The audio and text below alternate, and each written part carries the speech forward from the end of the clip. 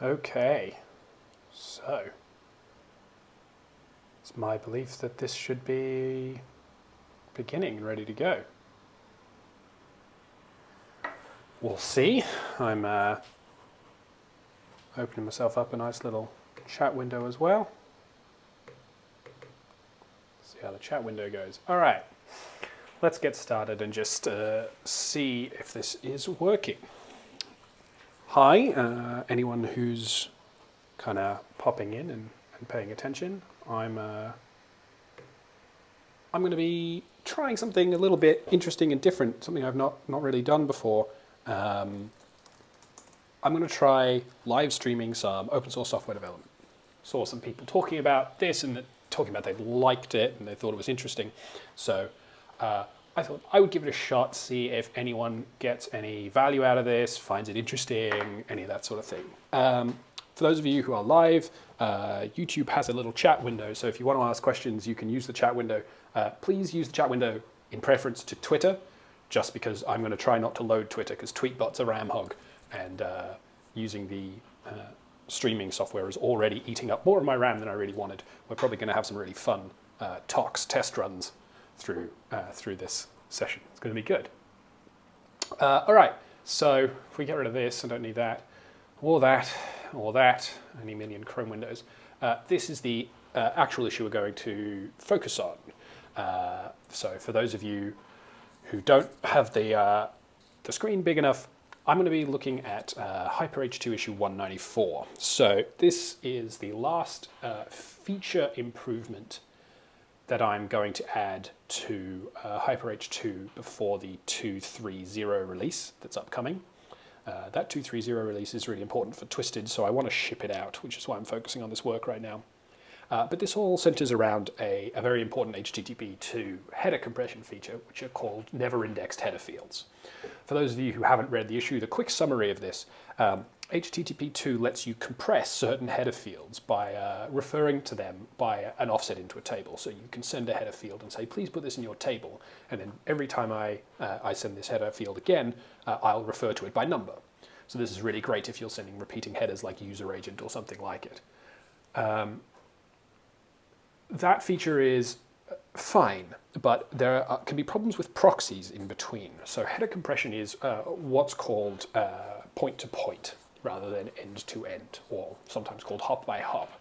And that means that each peer only maintains its header compression with the next hop in the chain that can speak HTTP2. So if you have an HTTP2 enabled proxy, your header compression context is with that proxy. That means the proxy might make different header compression decisions to you. The reason this ends up being important is if you have something like a username or a password in a header that you need to send, something like an authorization header, it's extremely important that that header not be added to header compression contexts because it opens it up to attacks like the crime attack in TLS. That attack is reasonably famous and you can go look at it, but basically it involves an attacker observing the size of the data emitted out of an HTTP speaking device, and then repeatedly guessing password fields or cookie fields in an attempt to see which one produces a dramatically shorter value. And when they find a dramatically shorter value, they can conclude that they have the actual data in hand. That's obviously really bad, and we want to make sure that you don't get exposed to that kind of attack just because there's a proxy in between. So for this reason, HPAC has actually got three kinds of fields. It's got the indexed fields, the please add this to an index. It's got the not indexed fields, don't add this to an index. But it's also got never indexed fields. And never indexed fields say, not only should you not add this to an index, but you should propagate this flag down the line so that no one adds it to a header compression context anywhere. And these are to be used for things like passwords or small cookies. Hyper-h2 right now does not flag that. So Hyper-h2, when it decodes headers, just says here are the headers. It doesn't tell you anything about their compression status. Neither does it let you set their compression status. So there are two issues here. The first one is there's no way for a client or a server to say, please don't add this to a compression context anywhere. That's obviously not ideal, and we need to fix that. But there's a follow-on problem, which is that if you use Hyper-h2 to build a proxy of some kind, like, for example, the Python man in the middle proxy, that proxy cannot actually comply with RFC 7541. That is, it doesn't know which ones are never to be compressed, and so it can't continue to signal their don't compress them status. And that's really bad. It's just a really terrible security vulnerability that needs fixing. So the plan here is to implement support for this. This is going to touch two separate libraries. It's going to touch Hyper-h2, but it's also going to touch HPAC, which is the Python library that does the header compression. And the reason it's going to have to touch that is while that library has support for emitting never indexed header fields, like you can say to it, never index this field, it doesn't have any support for signaling that they have been, that was what was received. And that's really problematic. So we're going to go through and add support to HPAC first for this, and then we're going to go and plumb that support through Hyper-h2, which will hopefully be a relatively minor step. So, there's been some discussion on this issue, and you can go take a look at it, but the upshot of it is we're going to add some classes here. So we're going to add two new, basically tuples that we use for header fields that will carry on them whether or not they're indexed. That's the plan. So this is actually quite a neat little bit of live coding because I get to talk about how to create something that's like a tuple. Which is quite fun. So anyone who's used the Python standard library much before has probably used the named tuple class in Python. So switching to my little live thing for a minute, we can quickly demonstrate the named tuple for those who haven't seen it. But the named tuple basically lets you create a tuple-like class. I'm going to just use the canonical example. So this is going to be a tuple-like class called point with two fields, x and y. All right, so point is a class. If we do type point, you can see that it's of type. That means it's a class in Python. You can create a point. So you can say, well, there's point 1 and 2. And point looks a bit like a class. It is a tuple. It is a tuple, he says, getting the arguments in the wrong order. So it is a tuple, it behaves like a tuple, you can index into it, you can tuple unpack it. And that there is the thing that's really important. This is why I'm approaching this, these new classes to be like tuples, is because I need to be able to preserve this tuple unpacking quantity, because that's how everything in the chain currently expects to work with headers. The goal here is that this should be backward compatible. Anything that currently works with headers as a list of tuples will continue to work just fine, but anyone who cares about this extra semantic information can do the right thing with it. So, the problem with named tuple, there are a couple of problems. The first problem is that named tuple is super generic. Actually no, the real first problem is I don't actually care about the naming quantities of named tuple. I don't care about the ability to do dot access on it. They were never able to do it before, and I don't really want to add that function. The next problem is I want to add a field that is not itself in the tuple. So I want to have a Boolean field that says, should I be able to index this? But I don't want that to be in the tuple destructuring. So I want to be able to count it as a two-tuple, even though it has three things. Named tuple won't let me do that. You can't set arbitrary values on a named tuple. It just gets mad.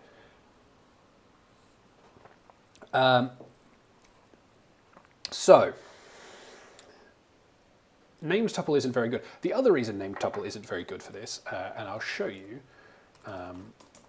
if we point at the, if we import collections and work out where it is in the file system for a second, it could be anywhere. Really helps to be able to type when you're live streaming so you don't look like an idiot. So I'm just gonna open this really quickly for you to demonstrate the problem with named tuple. Here it is. The biggest problem with named tuple, as you can see down here, is that named tuple is not actually a class. It's a class factory, and it's a class factory that builds classes by execing them from a string. This is really, really more work than we want to do here. There is no reason for us to have to exec from a string.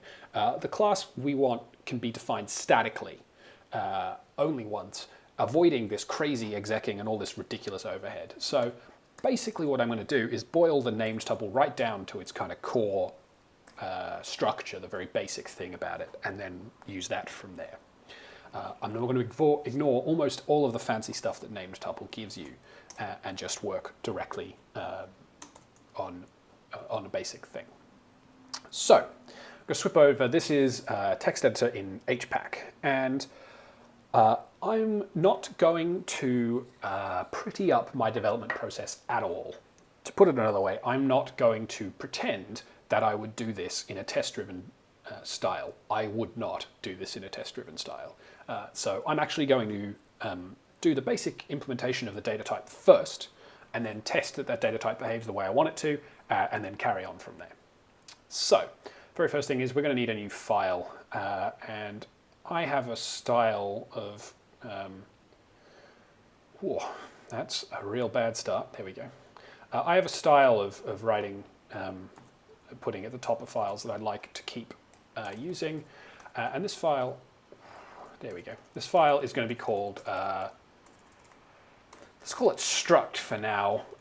We can consider renaming it later, and it contains structures for representing header fields with associated metadata. So this is essentially amounts to metadata on a header field. All right, so we're going to save that right now, or at least we will. There we go. I'm going to save that right now. And then let's dive in and start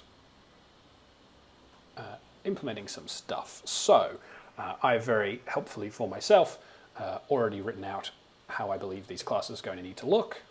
So let's start with that definition and expand it a little bit. So this is more or less how these classes are going to look. We're going to have two classes. We're going to have header tuple and never indexed header tuple, where never indexed header tuple is just a header tuple with a different value.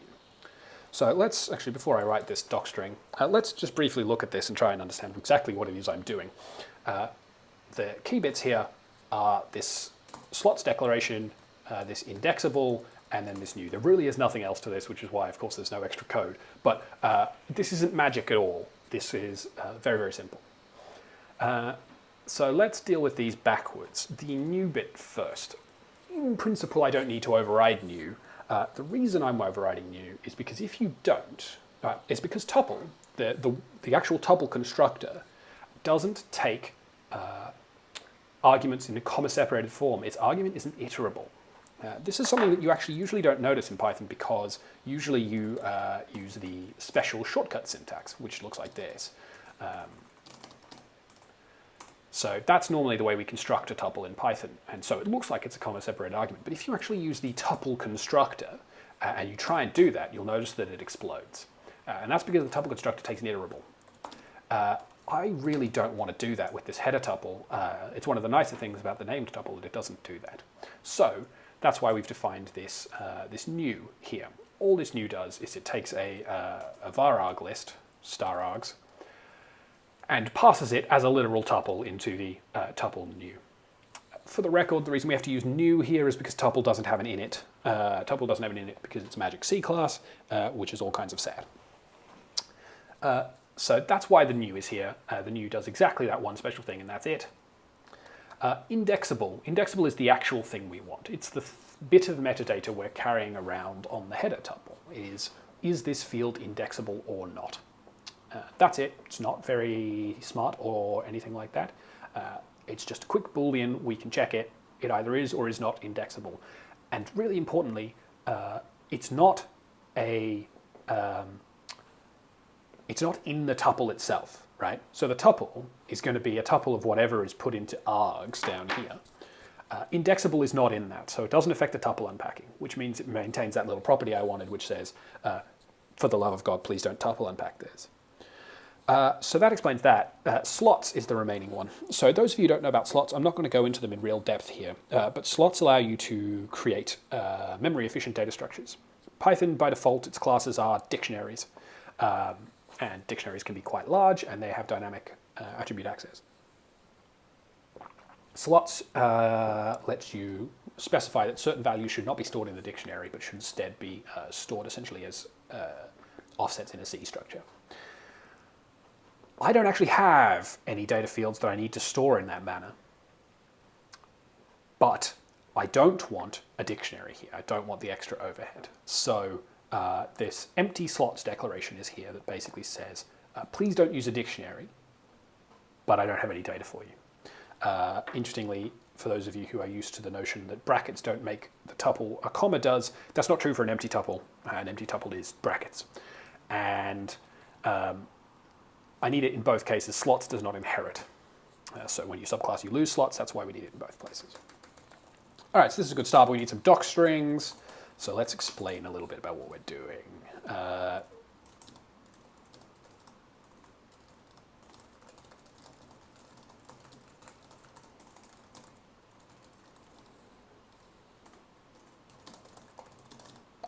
So we can say that HTTP headers can be thought of as tuples of key value. Let's actually say field name, field value.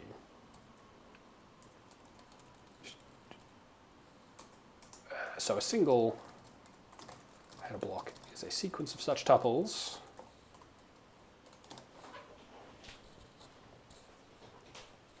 that means that in HTTP2, certain bits of information are required for compressing these headers. In particular, whether the header field can be added. For those of you who don't do much HTTP work, the actual name for a single HTTP header is header field.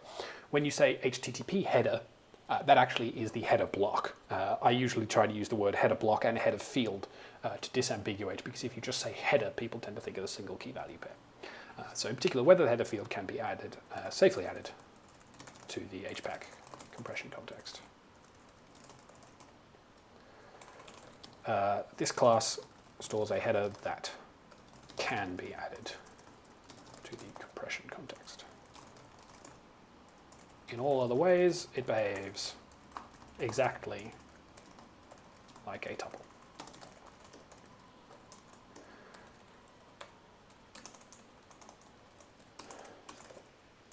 A data structure stores a single header field that cannot be added to a HTTP2 header compression context. That's probably all we need in the subclass docstring. The rest of the information is available from the parent docstring, so we might just leave it there. All right, so we've got two brand new data structures. The very first thing we want to do is commit this work. So let's grab Git up here, and we're going to quickly check that this looks right, which it does. So we'll git commit finding HTTP. It's actually called header tuple. So this, by the way, is a really good example of why it would be nice to have pure value types in Python. The amount of work I have to do here for a pure value type is really quite high. It would be pretty nice to be able to say, this is just a value type, it doesn't have any associated methods, it just has these specific properties. But we don't have that. David Reed would love to talk to you about how we could get such a thing. All right, so the next step here is we need tests. We need some tests to prove that this works correctly. So we're going to put, text editor doesn't think this is Python. So UTF-7 is really not the encoding we want. So we're going to test the structures.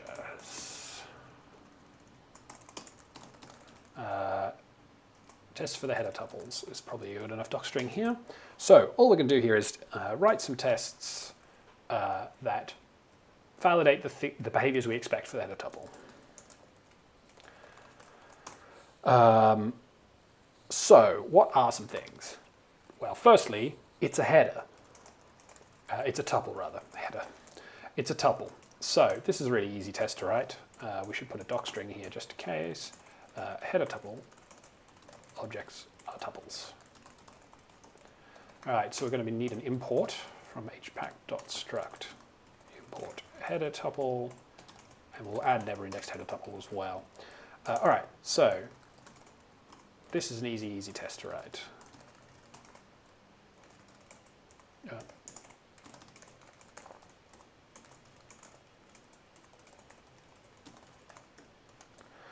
Assert is instance h tuple.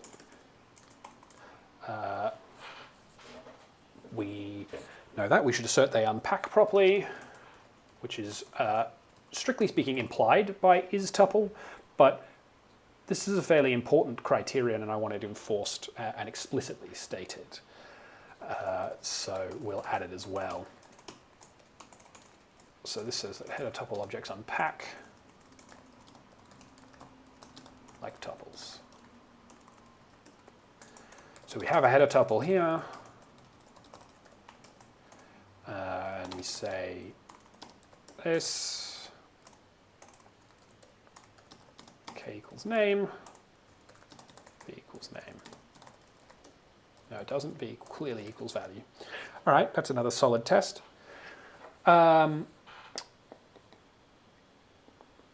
We probably also would like to confirm that the header tuple doesn't actually enforce any other constraints.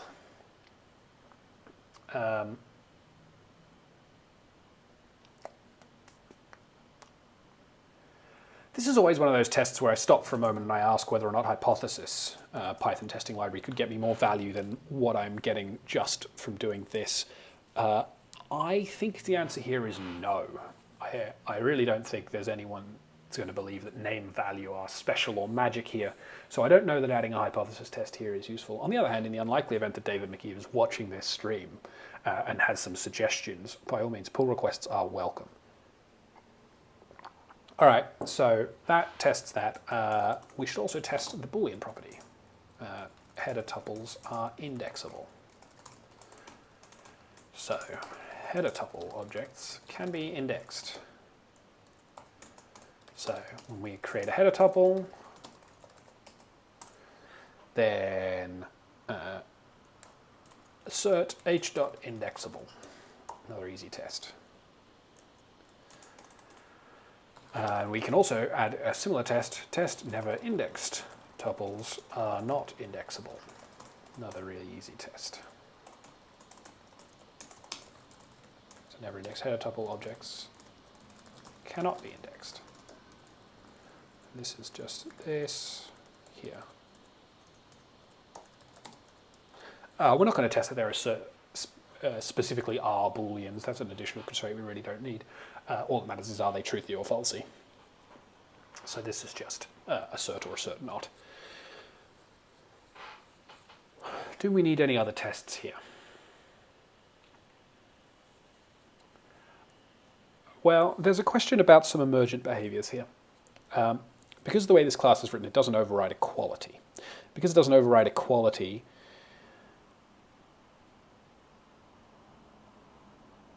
neither really should it override equality. So there's a question about whether it should. In particular, should a header tuple compare, well, this isn't right. Should a header tuple compare it the same to a never indexed header tuple? That is, when checked for equality. I'm on the fence about this. I would welcome opinions from the chat, but I'm not confident that I can safely override equality in this case.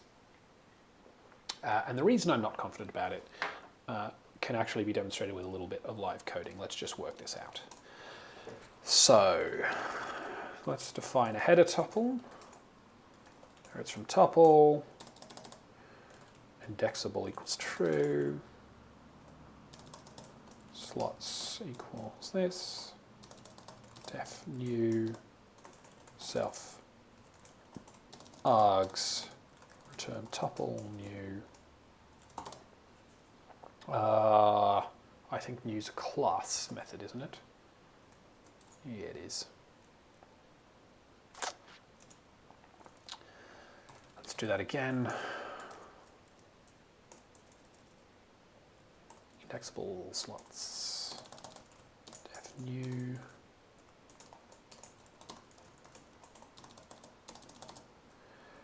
return tuple dot new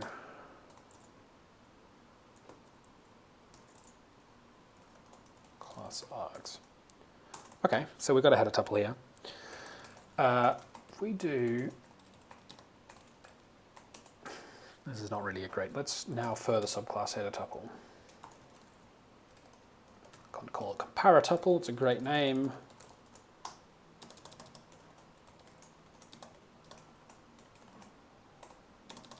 Now we're going to override equality.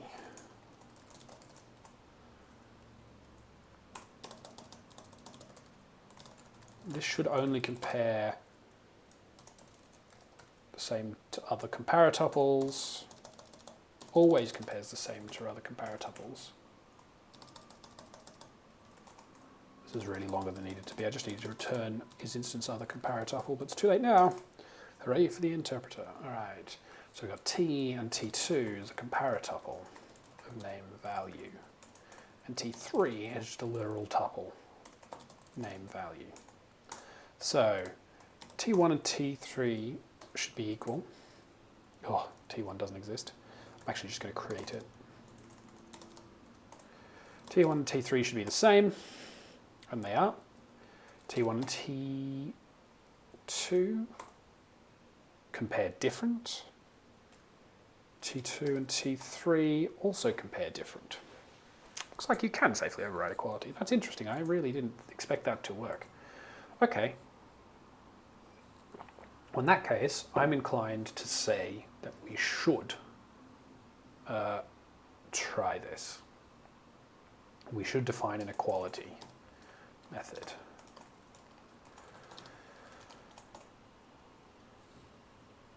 So this says if it is instance other header tuple,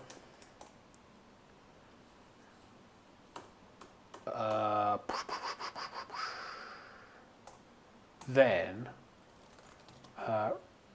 return is tuple.ec well defined? It is. This might work. Let's just try it and the test will tell us if this goes well or not. So we want to return self.indexable equals other.indexable and tuple.eq. Other. Else tuple dot. This is a new style class. We can do better than that. I think we can call super on this.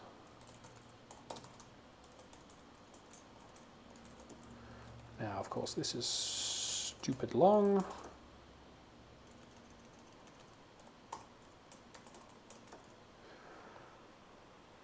And you're mad about the white space at the end there. Okay. Let's see if that works then.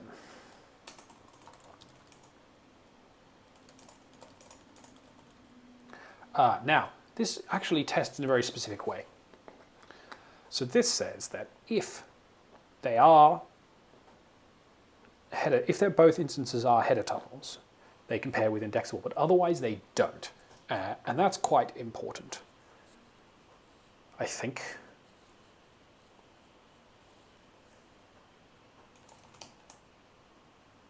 So they are equal to tuples.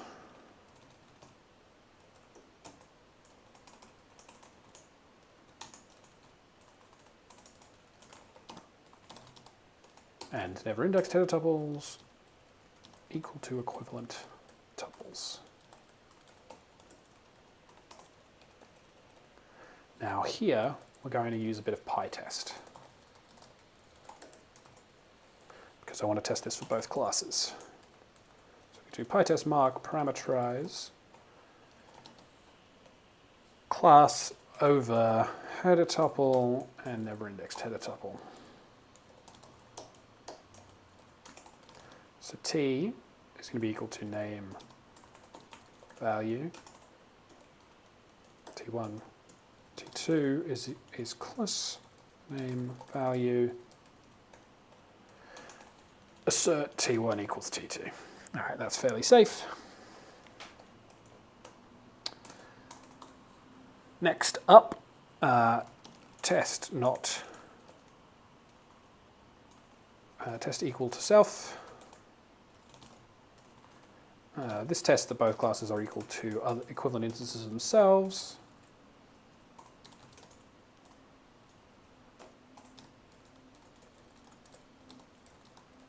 and compared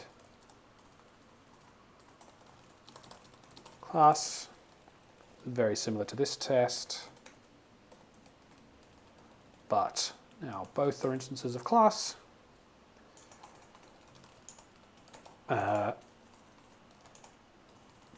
Not equal for different indexes. Self. So,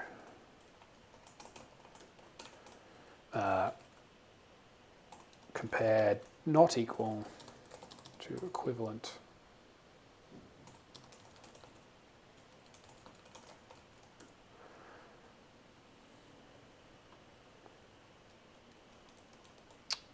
Still having second thoughts about this as an approach.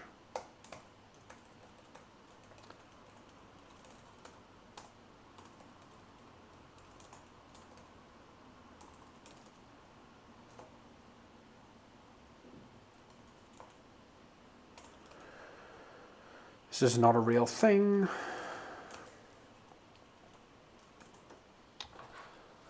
So, the question is that actually a good design policy?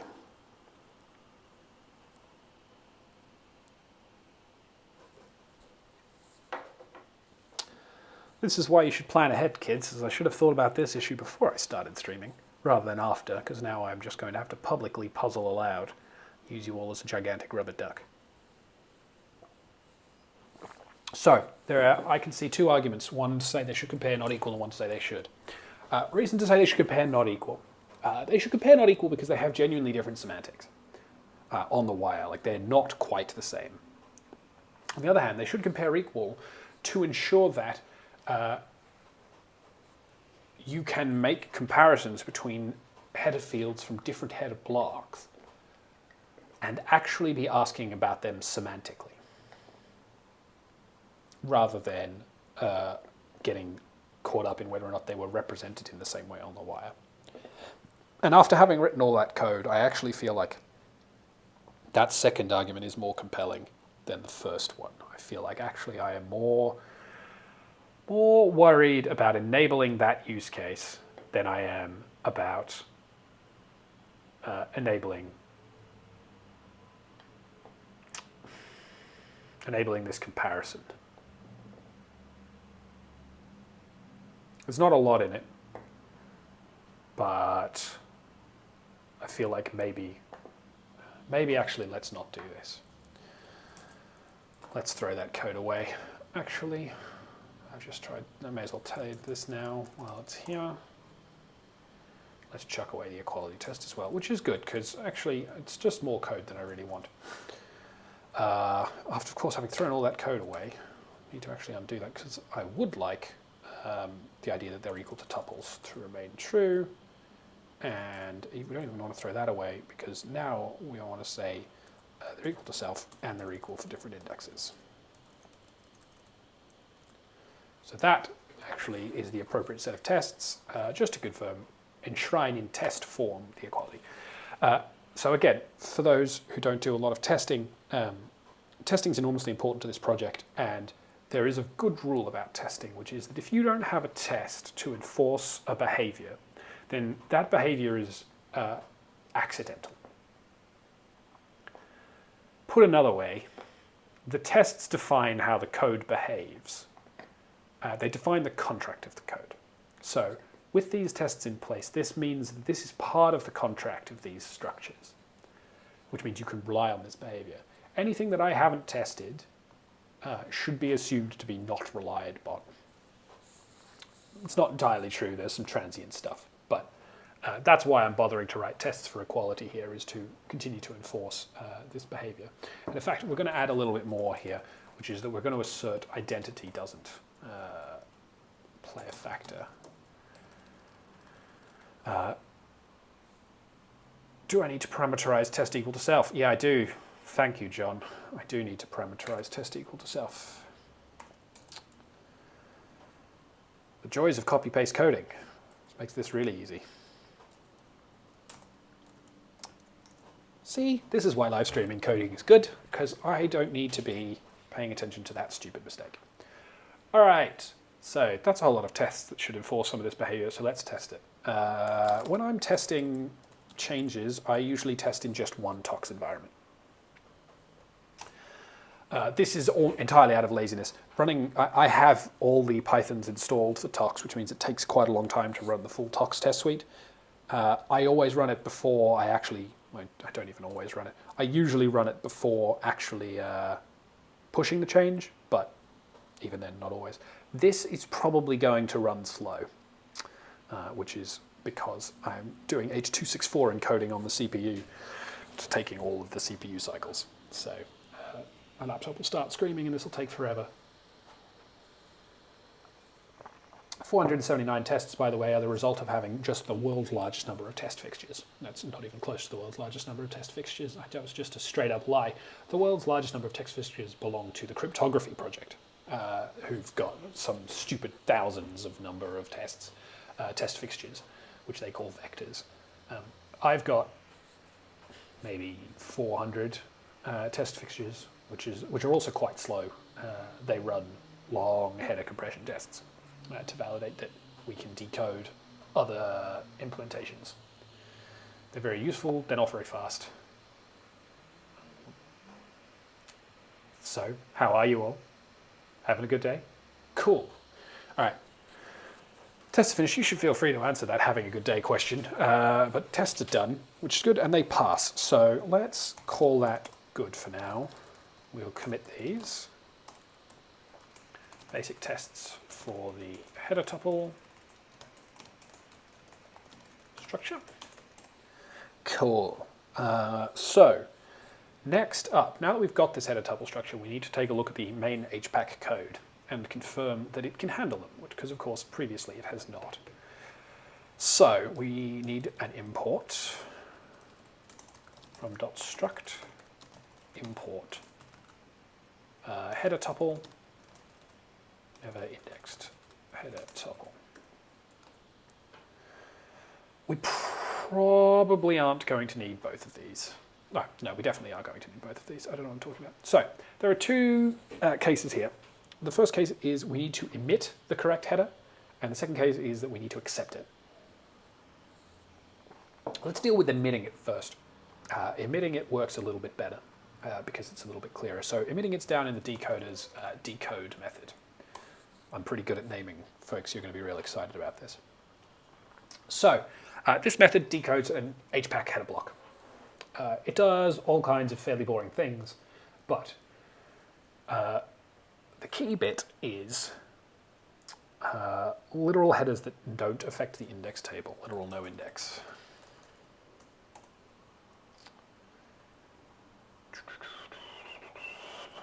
This is a good reminder of the fact that when you come back to your own code after quite a long time, you tend to have forgotten how everything works. Now, in this instance, I really have forgotten how everything works because I need to work out exactly where in this code the bit is set for never index. So that means we have to go to the RFC. This is the other major part of my job on a regular basis, is I go and look at this. So now, indexed field and without indexing are the two that I care about because they are basically the same, with the exception of this bit here, I believe. So I believe both of them should have that one bit set, and that should be their only difference. Quick scan up and down says yes, that is their only difference. So that's the third bit set. The third bit set is the bit for 16. So either of these are literals, so we need a new Boolean.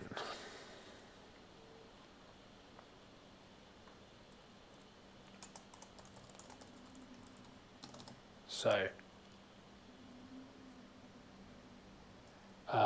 if should is true, it's not relevant, we don't care. So index name checks this.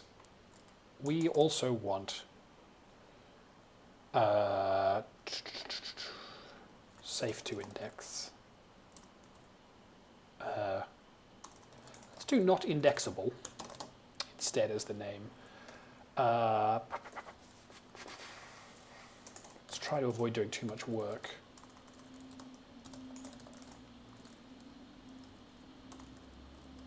Save off the high byte because we're going to need it more than once.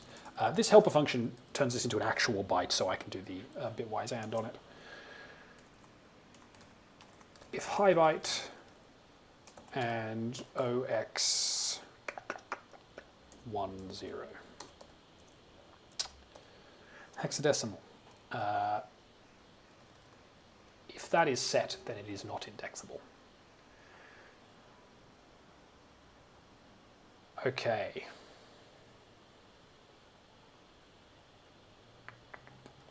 And here, not indexable is just always false. It is always safe to index.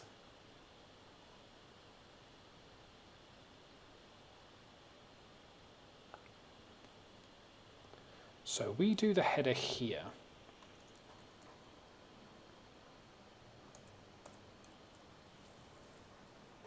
We can safely change this now.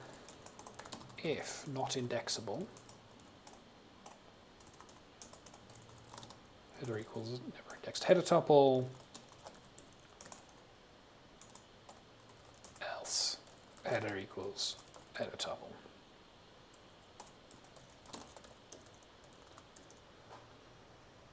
All right, it's a fairly simple little bit of code, no drama there.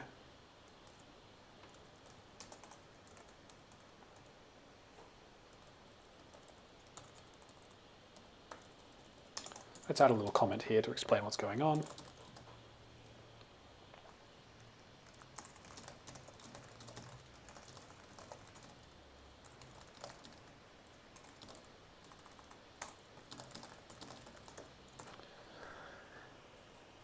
All right, so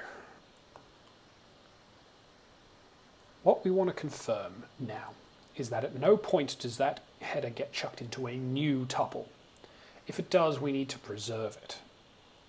So that is called from inside the decode loop, which creates header, which appends it to a thing.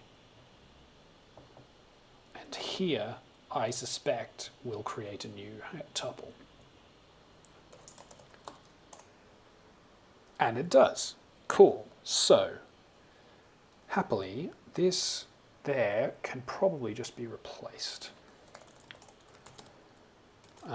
Let's just confirm it by creating this. I seem to recall that we can pull the class out.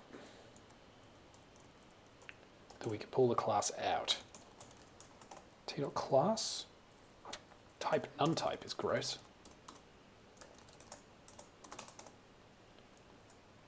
Why is that type none type? It's particularly annoying.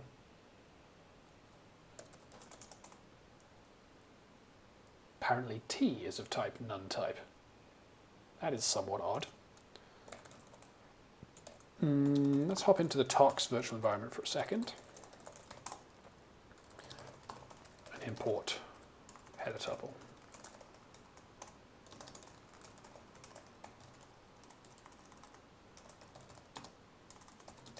The number of times I incorrectly... Right, so that's got a correct class. Okay, so that should mean that t.class new name,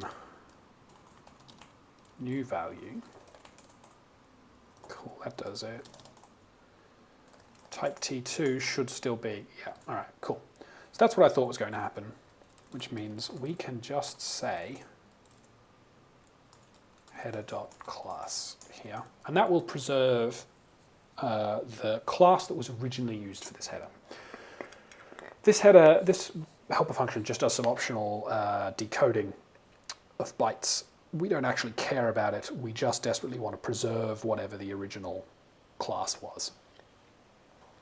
So, made some changes there that I currently believe should not have affected the functioning of the tests.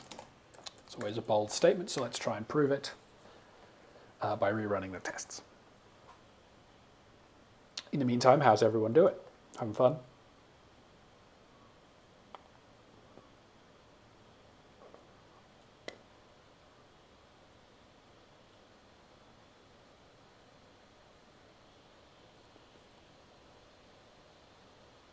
The other problem, of course, with asking questions on a live stream is they are quite severely delayed, usually.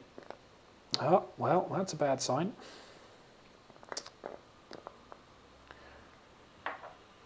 Well, at least they failed fast.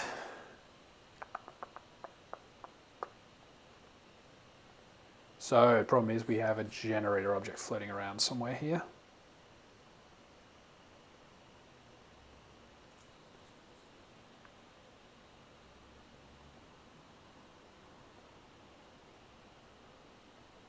That is odd. Where did that come from? Oh.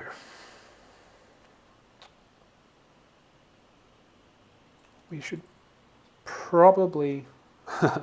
half paying attention is fine, Tyrell. Nothing wrong with half paying attention. Same with you, John. Half paying attention, I think, is a totally reasonable thing to do. You can just listen to the soothing tones of my voice coming off the back of a cold, which I'm sure is really great for all of you. So, I think the problem here is... Well, firstly, let's fix this up.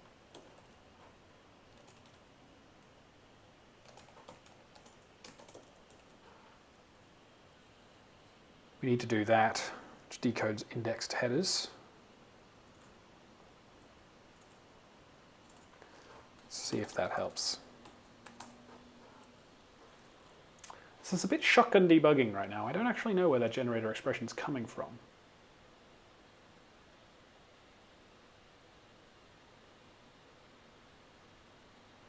It's my suspicion this is still going to fail.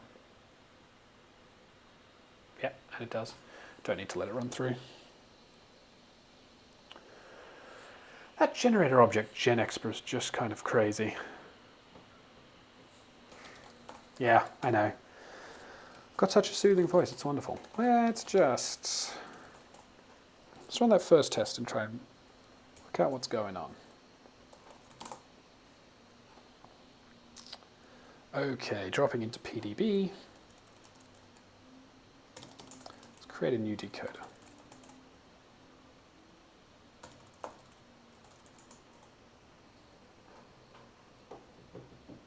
Wow, PDB is being stunningly unhelpful. Go away then.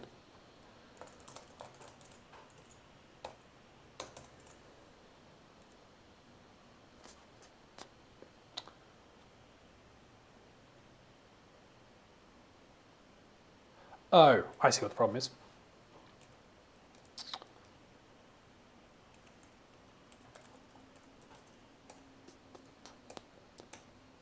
Problem here is actually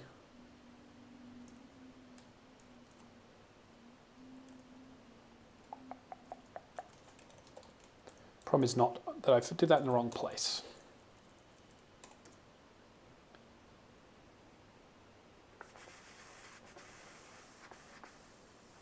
I think. Unicode needed is given a header. No, that's not wrong. That was right.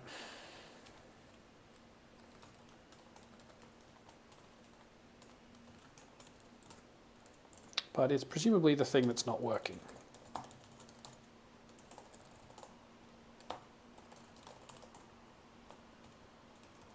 From hpack.hpack, import Unicode if needed.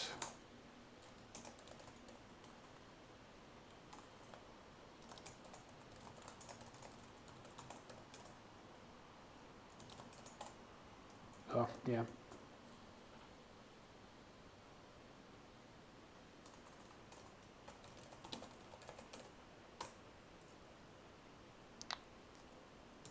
Oh, yeah, and roll.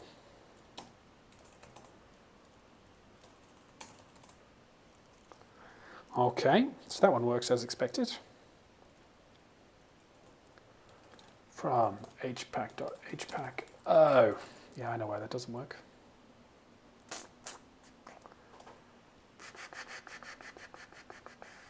So the reason this doesn't work is, amusingly, is because I've changed the constructor for the header tuples so that it tuple unpacks the argument. I have a suspicion that that doesn't work very well with generators.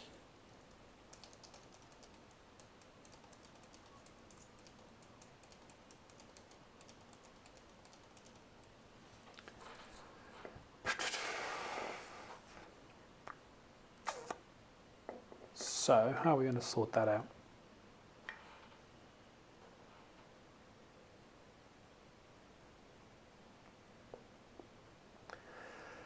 I think, given that we never use an actual tuple anywhere,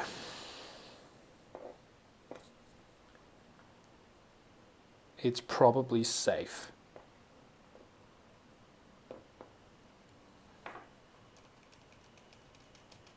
Turning this into an intermediate list is really stupid.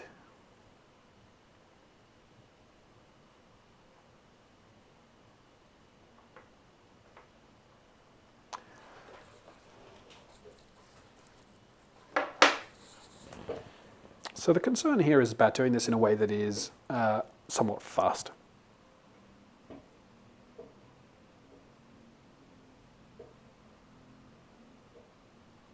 Now, one option is to create an intermediate list and then unpack it. Allocating the intermediate list is pretty annoying, though. Another option is to allocate an intermediate tuple. Another option is to, rather than use this weird iteration construction, to just duplicate this code, which might be the best thing to do.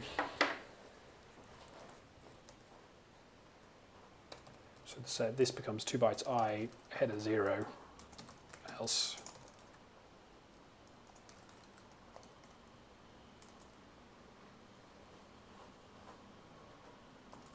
decode UTF-8.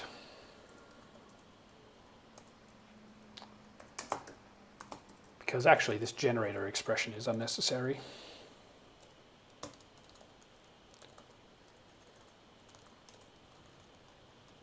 It's annoying duplicated code, but probably safe, except we're double checking this if, which we kind of don't need.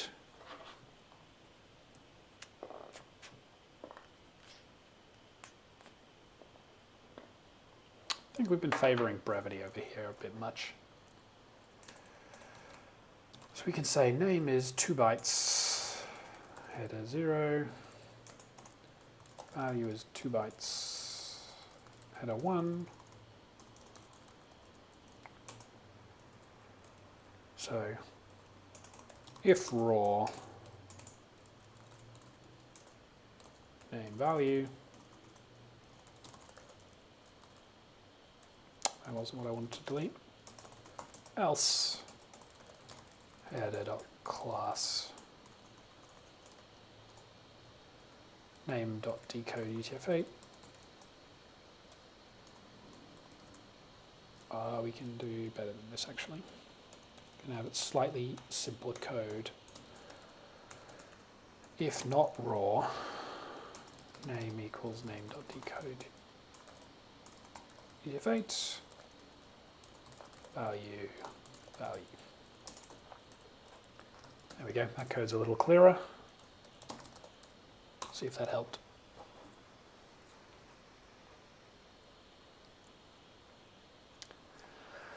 This here, I would suspect, is probably the most boring part of the live stream, is they're sitting here waiting for Tox to run its 8 gazillion tests. This is the bit where you really need a good book. On the other hand, this does appear to have resolved the problem.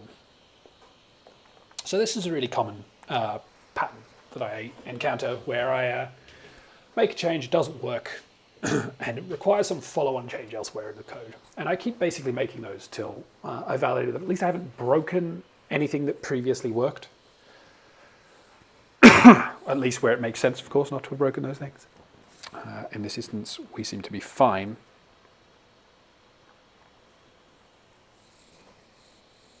Which is good, finally got there. And there we go, got all the test coverage too, which is pretty sweet. So, now, if we we've got two kind of unrelated changes in here. So we're going to use git add-p, which I hope you all know, but if you don't, it's wonderful. I'm going to say don't add that, do add this, don't add, no, we actually just don't want the rest of the file. So this is actually a refactor of Unicode if needed.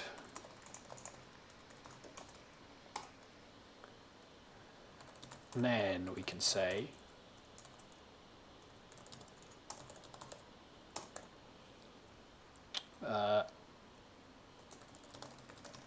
emit header tuple, not tuple. All right, so having written that code, we now need to, I don't need you, we now need to test that that actually works.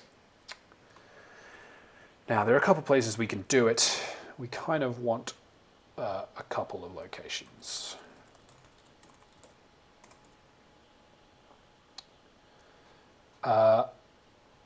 One good place to do it is in the integration tests, which are reasonably slow. But it's good if we can validate the decoded headers. So we want to say, assert that these are all header tuple. Ordinarily, it would be considered relatively poor form to add an extra assertion in this test, but the last thing I want to do is add another X hundred tests in order to add this assertion. So assert all is instance header tuple for header in decoded headers.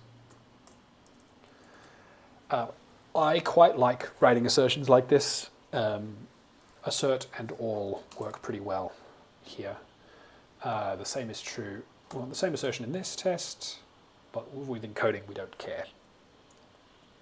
All right, so that's one set of bits of validation, but while we're down here, we should also validate that directly. Let's grab a test here that is somewhat effective, and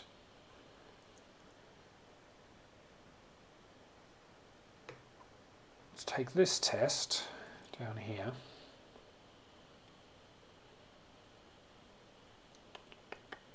All right, we're going to do two.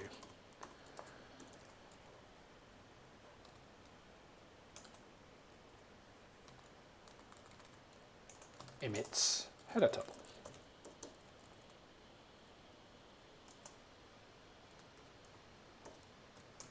A header field with indexing emits a header tuple. So I'm expecting only one header to come out. Don't need this. Don't need this, don't need this, don't need this. Headers equal to this. And delete. Assert len headers as 1, just usually a good sign. Better to be safe than sorry. Assert is instance header tuple. All right, that's the basic one. And assert not is instance header never indexed header tuple. Neither of those are imported yet. Struct import never indexed header tuple.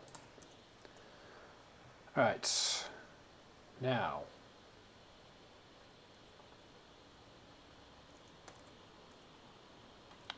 both imports. Now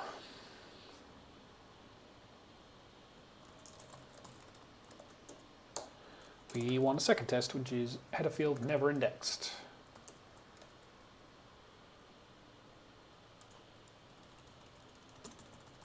Never indexed.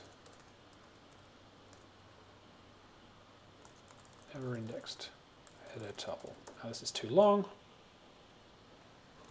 Pull out the word literal, we don't need it. That must never be indexed. Never indexed header tuple. Now, I said that the difference here was that the 16-bit was set. Now, this actually is a literal. So we'll add that because we're...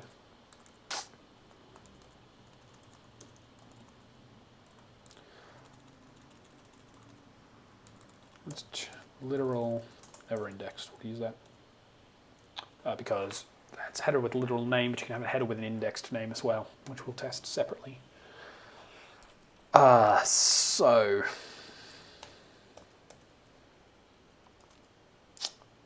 this needs the 16-bit set, so that one needs to be flagged. I believe that's right. And we need a third test, which actually isn't going to be based off that at all. Need a test which uses an indexed name.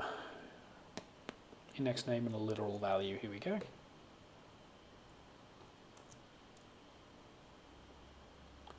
Scrolling down. And this one's to be called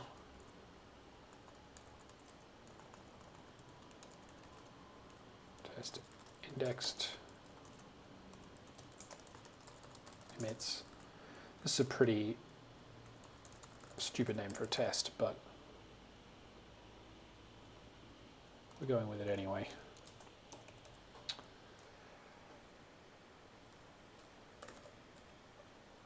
Calling it indexed never indexed is dumb. Header field with an indexed name. And once again we need the 16-bit set, so we just flip that. Okay, those three tests should pass. If they don't, we screwed up. Let's see how it goes.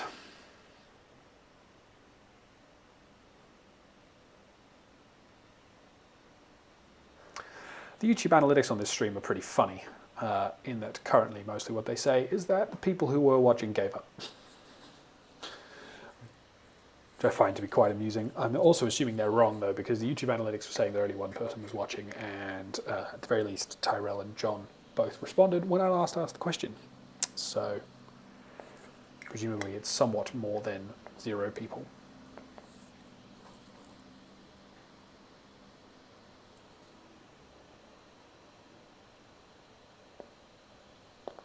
So we have one failing test, which is going to be interesting. I feel like this test isn't right though, so it was a pretty dumb thing to have done, frankly.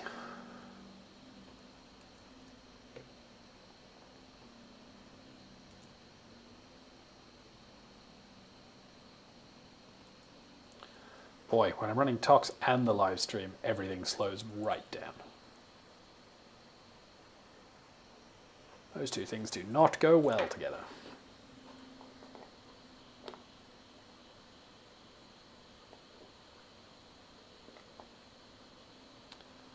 No worries, John, you didn't need to answer a specific question. I was mostly just joking about the YouTube analytics, which had been saying that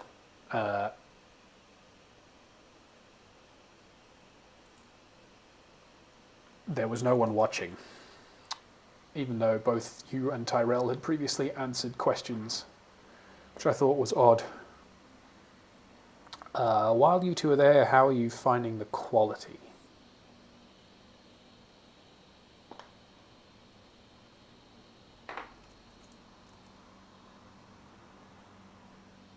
I might hop into the Tox environment here, because I'm not changing the code right now, and if I hop into Tox, then I can filter the tests down a bit better.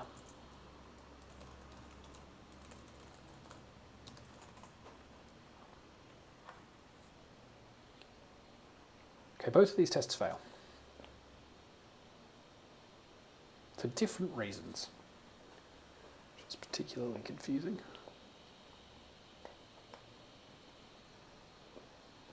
Oh, cool. Well, I'm glad that the quality's good. That's a plus.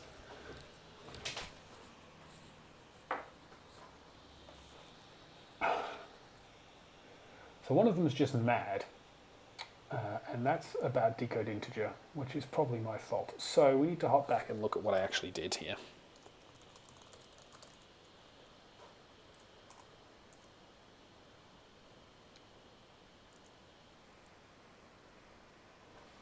Hey, that's good. So,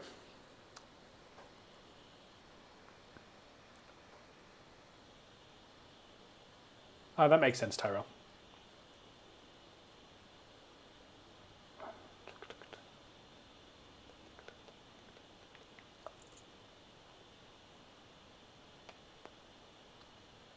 So,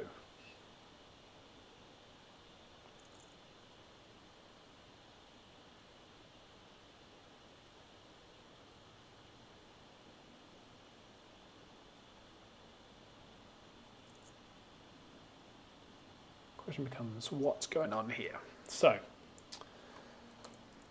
that's how this originally looked. That's how this originally looked.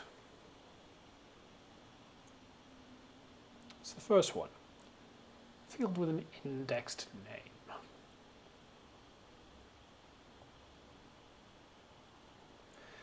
The name is indexed.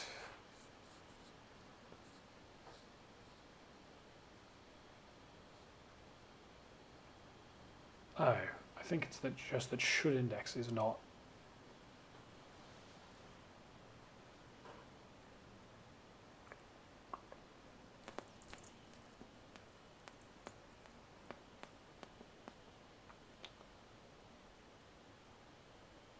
I actually think the problem here is this.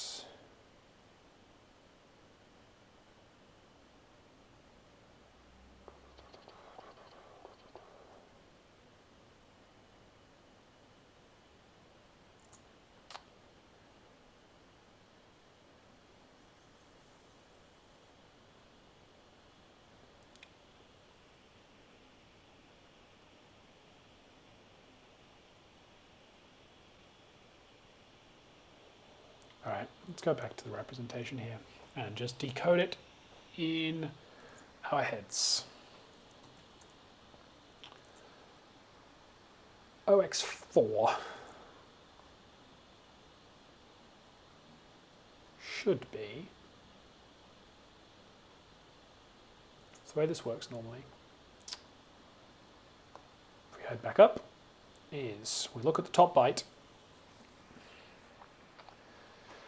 If the high bit is set, not the high bit actually, yeah. If the high bit is set, the 8-bit, then the field is indexed, which it's not, we don't care. So the next thing it tests is if the next highest bit is set, OX40, that's a literal indexed. Literal header field with incremental indexing is its key description, so that's the one we don't want. So, it should be only literal no index, which is what I'm expecting. So that's why one of these tests failed, is the representation's not what I want. Rather than being that, you should be that, and you should be that. I think. Because in that instance, in fact, that's not right either. They should have 2 null bytes. No, that's not right. They should just have the one. I was right the first time. They only have indexing if the first one here, 4, which suggests that that is in fact the index. So that's why that's an issue. That should be the one. That should be the one. Okay. So I believe that's more like right now. We shall see. So I think it's interesting that the quality is being labelled good on this stream because YouTube keeps moaning about it. YouTube keeps suggesting that the bitrate's too low or I'm not emitting enough keyframes, which I both think are just bogus complaints. At least it's good to know they're bogus. Oh, there's another test failure. Stop again.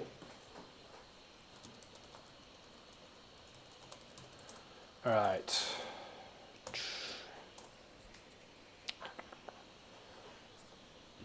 All right, one failed, one passed. Which one's failing here? Literal, never indexed. Oh, yeah, that is failing. That's because I still represented it wrong. The 1 bit goes there.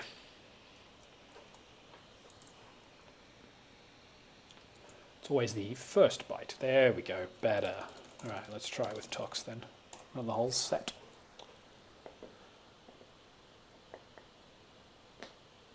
So this is an indication of how long it's been since I touched this code base and thought about HPAC, which actually is a good thing.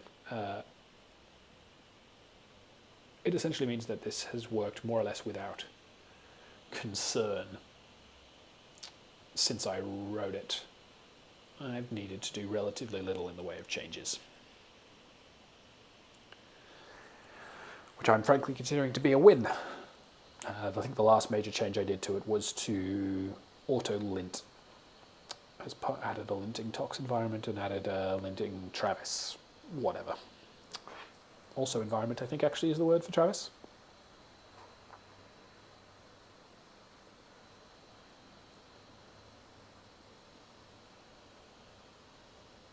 We can wait very, very slowly for tox to do its thing. Oh yeah, really, this is the slow, painful version of this test suite. This test suite is also the slowest out of the Python set, the Python HTTP2 set. So Python HTTP2 test suites, we've got 3 major Python HTTP2 libraries, and this is the slowest one by a mile because it runs some quite long tests. Genuinely takes quite a while. So we can say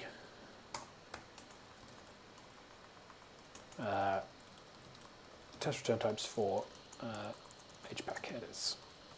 Okay, cool. So that's about half the function we needed. The other half is accepting them on the encoder.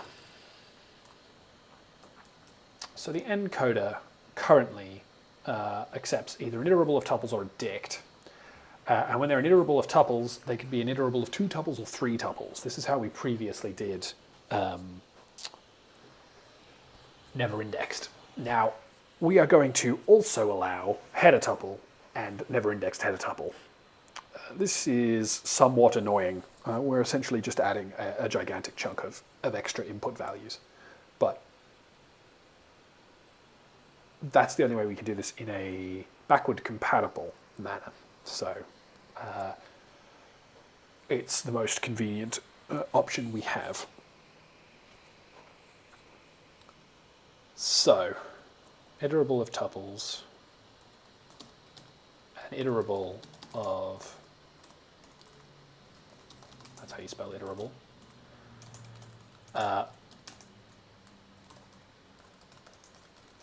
Now I'm using, don't know what that backtick's doing there.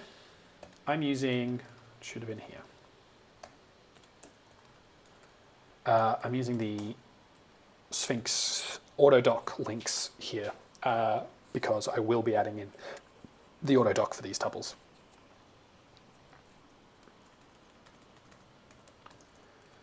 Ordict. If an iterable of header tuple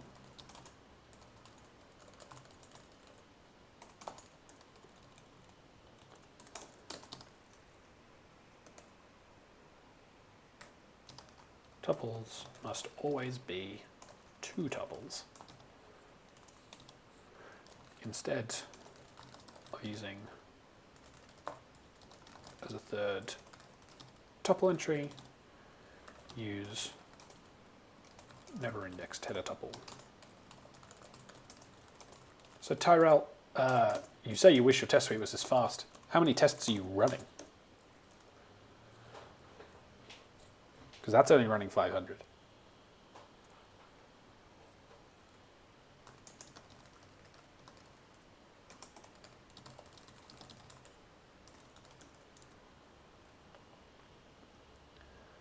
Okay. So, sensitive is used here. So we can say this.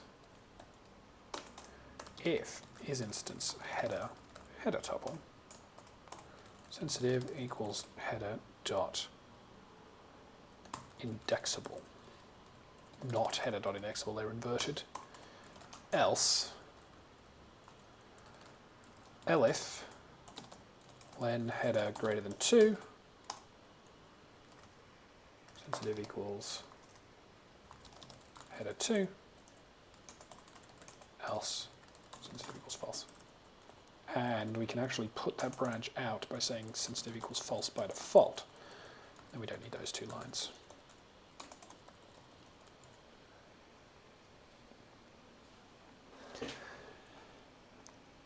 At that point, we lose the indexable notion, but that's okay because we flag it here. This is a little bit backwards, really, but I'm going to kowtow to the previous implementation. Really, if I was doing this from scratch, sensitive, if the header was a 3 tuple, we would re-encode it as the appropriate kind of header tuple. But we're just not going to do that because we can't guarantee that we're being given header tuples to begin with.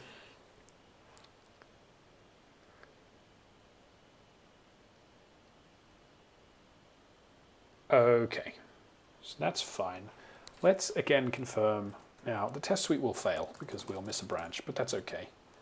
I just want to confirm that it runs.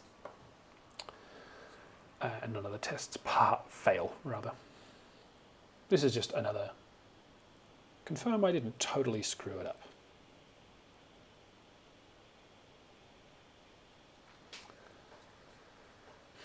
I feel like we lost some tests there. Weren't we running 490 something before? No, 482. I just can't count. I guess we were running 479 before I added the new tests.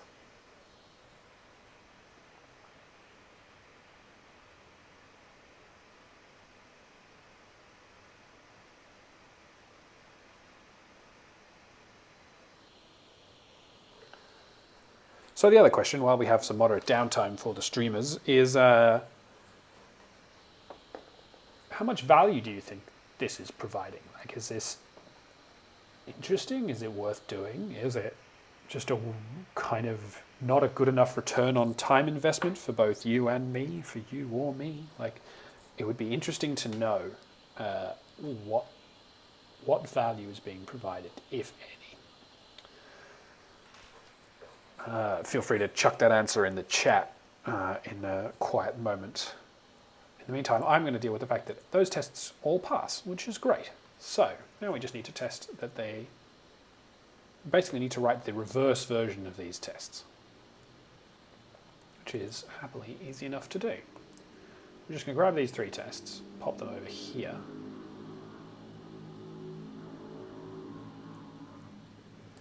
Should have, there we go, test sensitive headers. I'm going to pop in under this.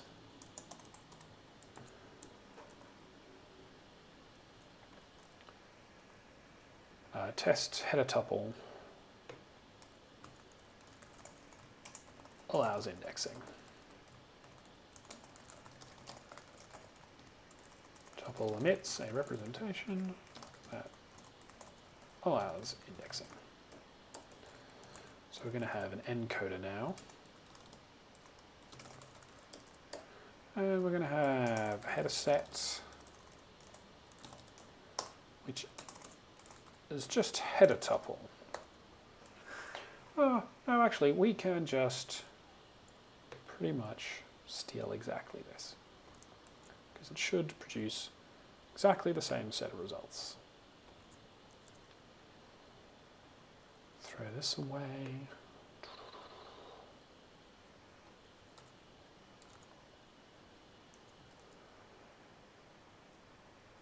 Test sensitive.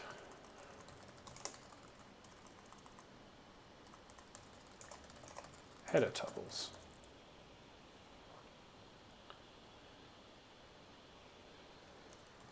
So this should be never indexed header tuple.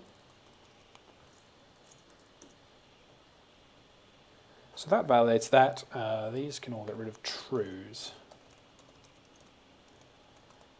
Might have to write a variation of this test that includes at least one non-sensitive header. In fact, I might add it now.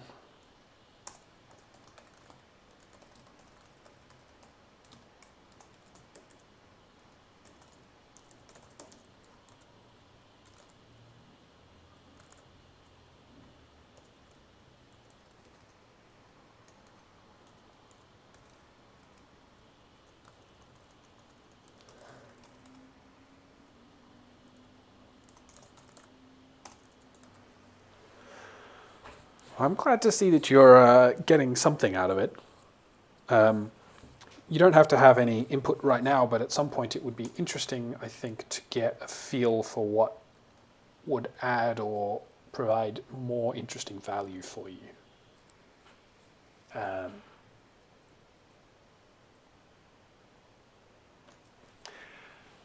Yeah, so Tyrell, you mentioned if you had a better understanding of the library, you'd understand more of what's going on. I think that's true. I don't really know how best to solve that problem. I think the best I can be doing is trying to do some narrative discussion of what I'm doing here. But there's a bit of a balance. So I had mostly solved this problem before I decided to start the stream. Like, in a very real way, this stream is me coding rather than me solving the problem. I don't know if that's the right balance. But the problem is the stream of me solving the problem is mostly just a stream of me sitting quietly staring at the screen. And that's not enormously interesting for anybody, I suspect. So I don't know what to do about that.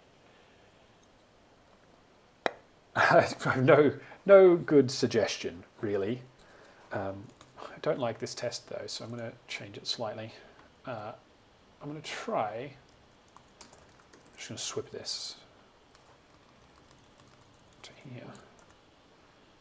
And then I believe that's beginning here. So, 82. Really, 82? Is that right? Oh, that is right, because those are both indexed. So never indexed doesn't matter here, which is probably not right.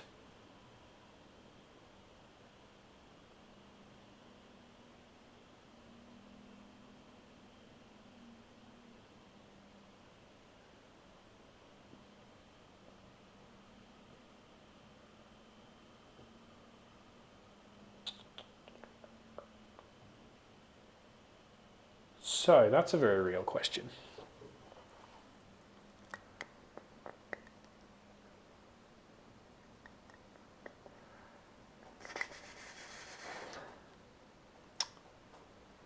So right now, if you set the field as sensitive,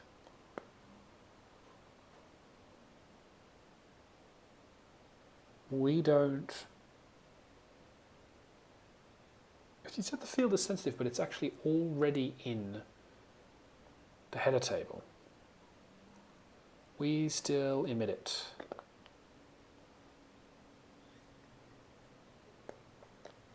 I don't know about that at all.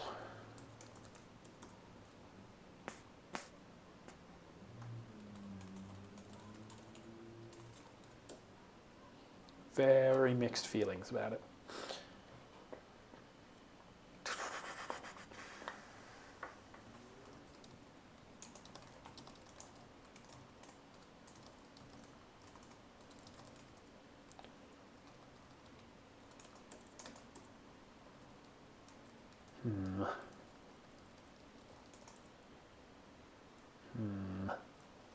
That might be a bug.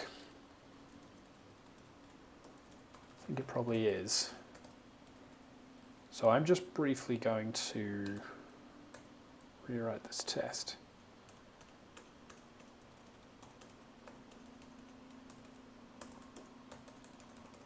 So that we have two. One that doesn't index and one that does. Yeah. It's actually easier to do it this way.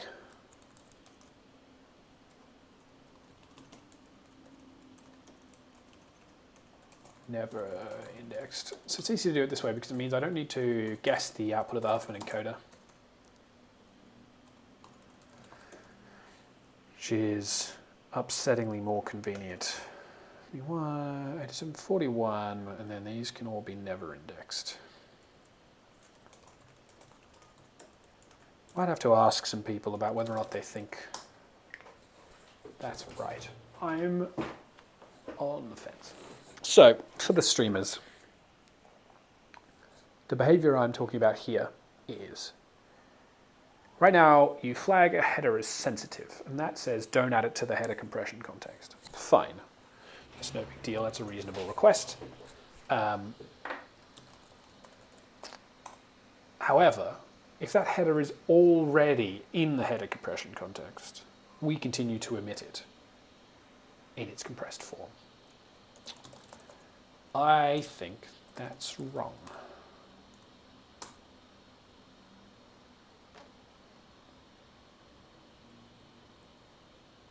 Oh. That's gone badly. I need to let this tox run them through, I think.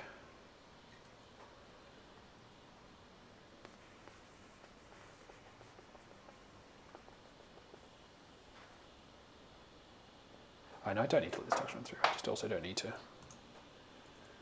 Don't know why I did all that, I have the output here.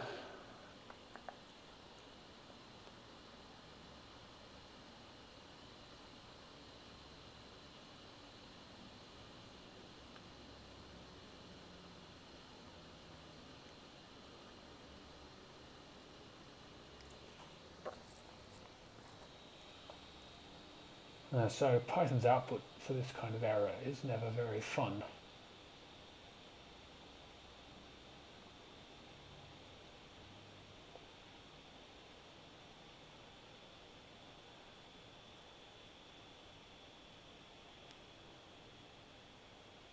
It does look like it's at 11. No, I wonder if it might be.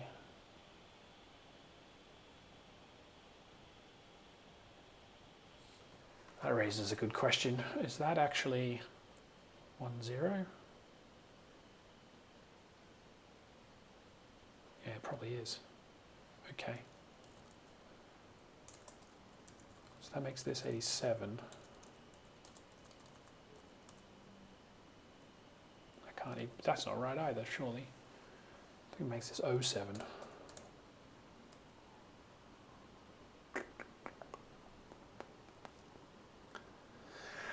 Well, yeah, so Tyrell, removing it's a separate issue, actually. Removing it's a pain.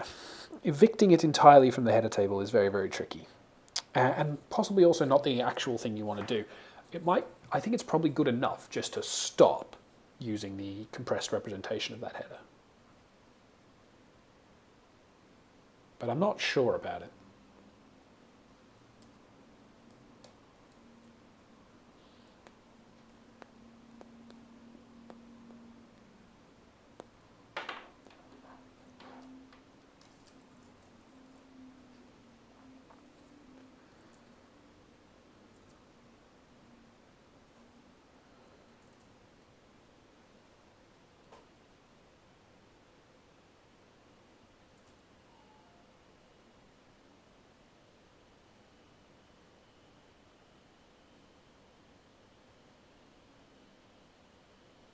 Oh yeah, I don't know what I'm talking about. I've totally misread where these headers are. Okay. Let's reset this a minute. So 82 is header get, so the very next one is path, which is 14 currently.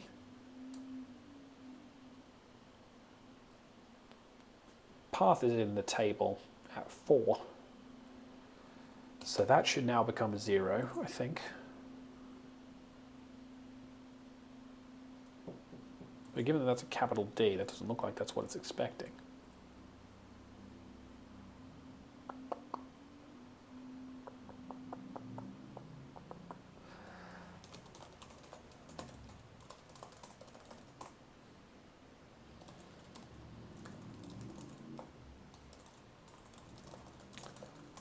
from hpack.struct import header tuple. Let's just take this, no, let's just take this code. Oh, didn't like that much.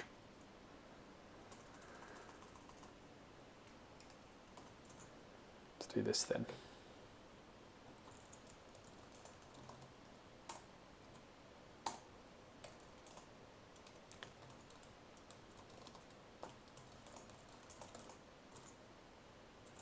Let's explicitly turn the Huffman off.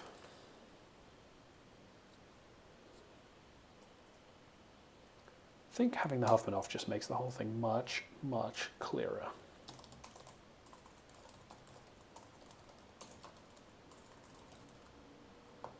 Did I do a from import of encode? I did.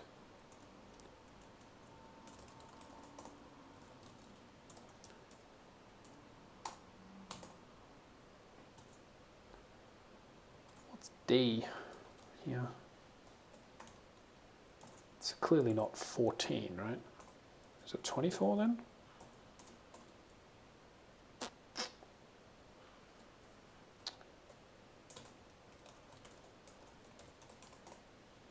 It's 44. God only knows where 44 is coming from. Changes the encoding entirely. Take it this way around.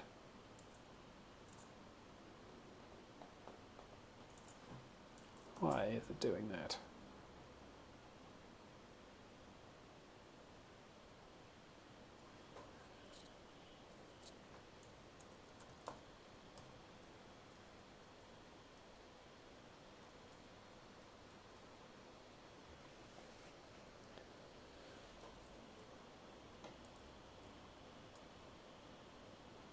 Oh, because it changes the size of the integer encoding, that's why.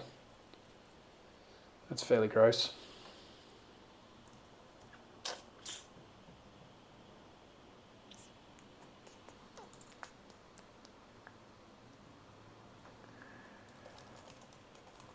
Import decoder.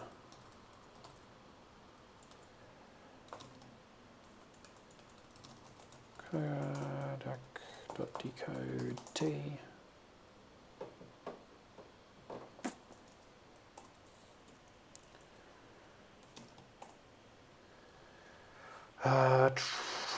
Print type X, X and H.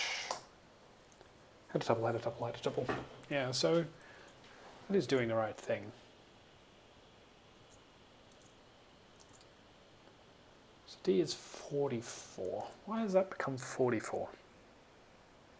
Genuinely not sure about why that is. Feels wrong.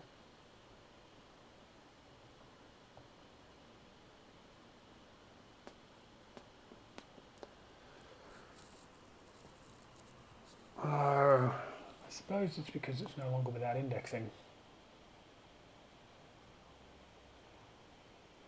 You can't do it into an incremental indexing. Oh, you can. That's what that is. Okay. So that means it's now incrementally indexed, which is fine.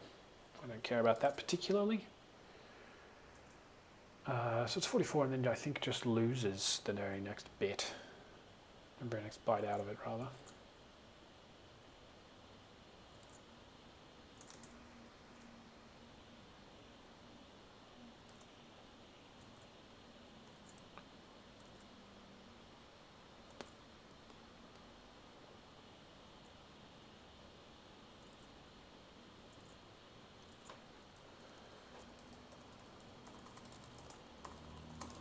Just confirm that that's right.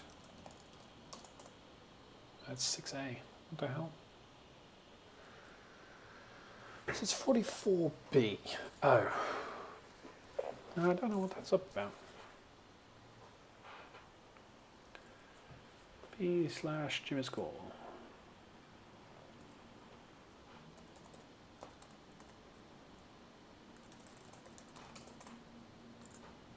F. Genuinely not even sure where that is. Oh, it's Huffman, that's why. Yeah, that's probably right then. That's 44.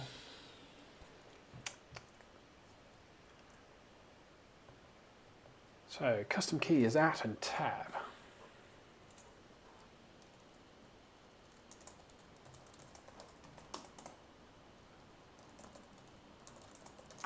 This is the most useful thing when you can't remember what hex codes are. Absurdly convenient to be able to do it this way around. So it's 40 and looking for 41.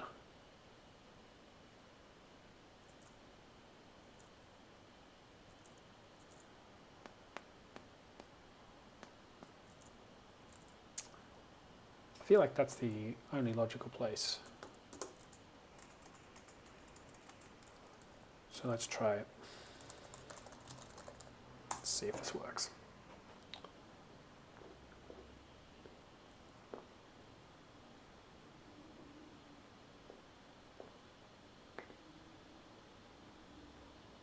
Nope.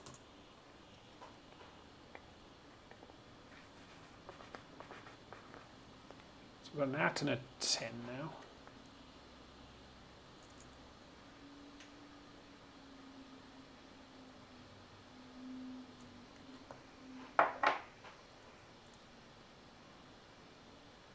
This is presumably therefore the start of the custom field. What did we say at was? 40.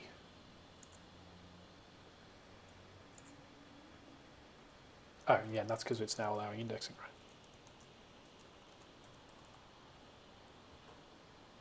Makes sense. So this should now be right.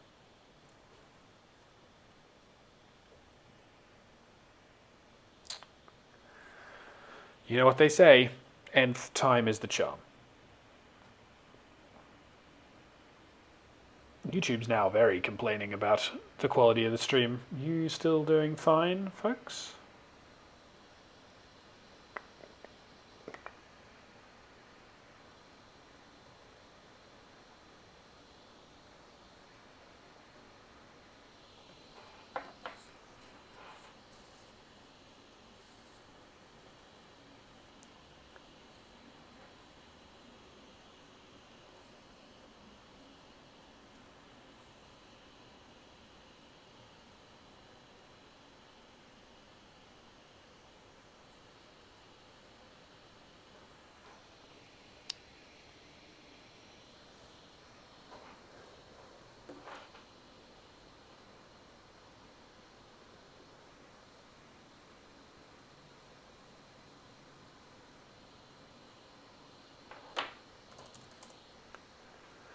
Weird. YouTube seems to be insisting that you guys are supposed to be buffering, but you're not. So that's fine. All right, good. So we've got some function here now, which is good. So we can now say support passing header tuple to HPAC encoder.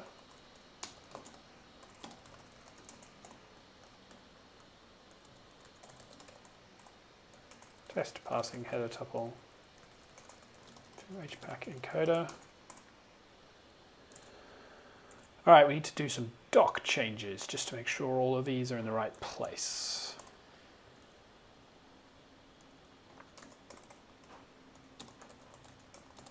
Oh, and we need to export from .struct import header tuple, never indexed header tuple. Header tuple, members, what's it called? Indexable. Yeah, I don't think I do either, John, but it seems to be causing YouTube all manner of confusion.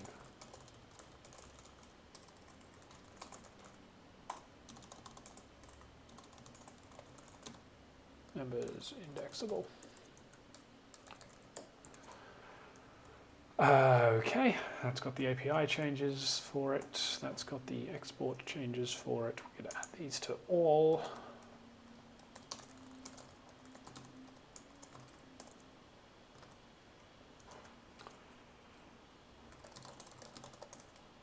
I actually think the quality should be fine, but the reason its quality is fine is because I'm not forcing the bitrate to be really high, which YouTube seems to actively want me to do.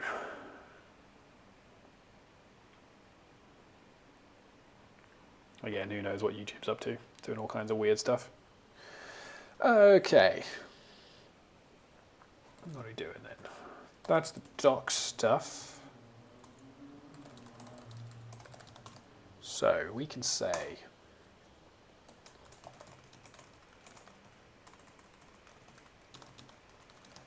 document and export the header tuple. Now, let's push this up to GitHub. Oh, I did all of this work on the master branch, which is annoying.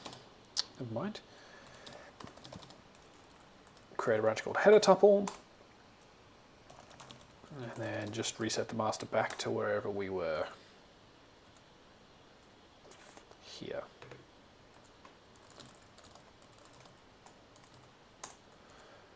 So that's a neat trick for those of you who don't know Git very well. If you inadvertently do your work on a branch you didn't want, you can create a new branch from it, switch back to the old one, and reset hard the old branch back to some prior commit.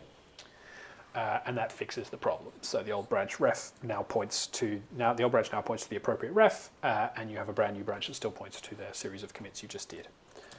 Neat trick. One I do much more frequently than I actually should. So I'm going to open up a pull request now. I don't know why I refreshed that, don't need it. Git stash works fine, John. Git stash is what I would have used if I'd noticed I was on the master branch, but I wasn't. So this allowed me to keep my series of commits, which was good work, but put them in the place I actually wanted them. So we can open up this pull request. That flag. Indexability header fields. Yeah, I did already commit, John, which is the problem.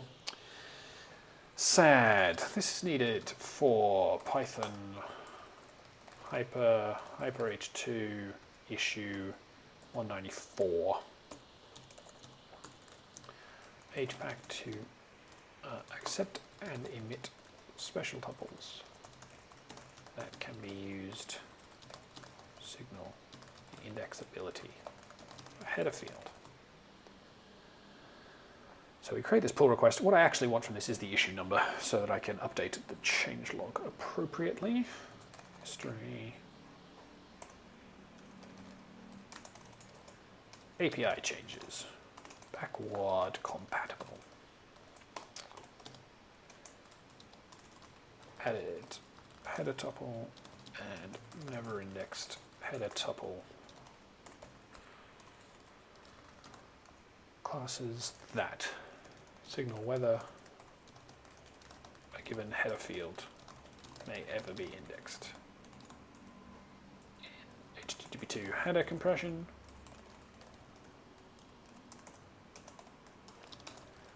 changed decode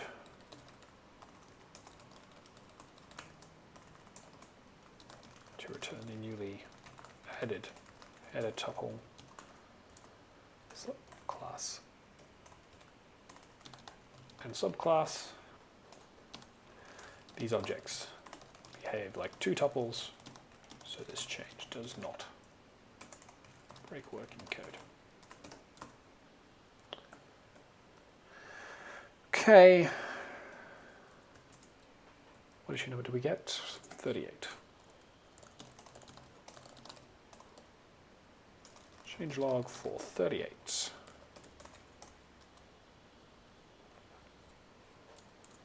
All right. Push this up too. Right, so now Travis is going to run, which is great. Travis can do its Travisy things, and hopefully this will all be fine. So while Travis is running, well, as always, we have to ask ourselves whether or not we want to context switch away from this work, which is never really clear. But while Travis is running, let's think about what we need to do over at Hyper-h2 when this change lands. So let's swap to the code in Hyper-h2 and discuss briefly what the problem is. The first question is, Why am I being pinged in IRC? I'll chance that in a little bit.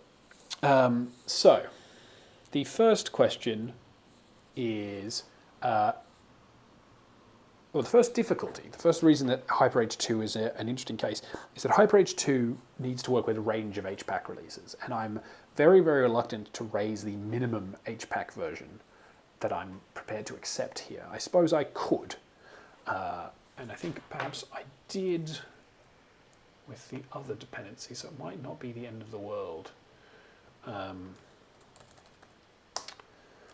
Yeah, I pushed the minimum version of HPAC. I'm pretty confident that was the minimum version of Hyperframe. No, minimum version of HPAC.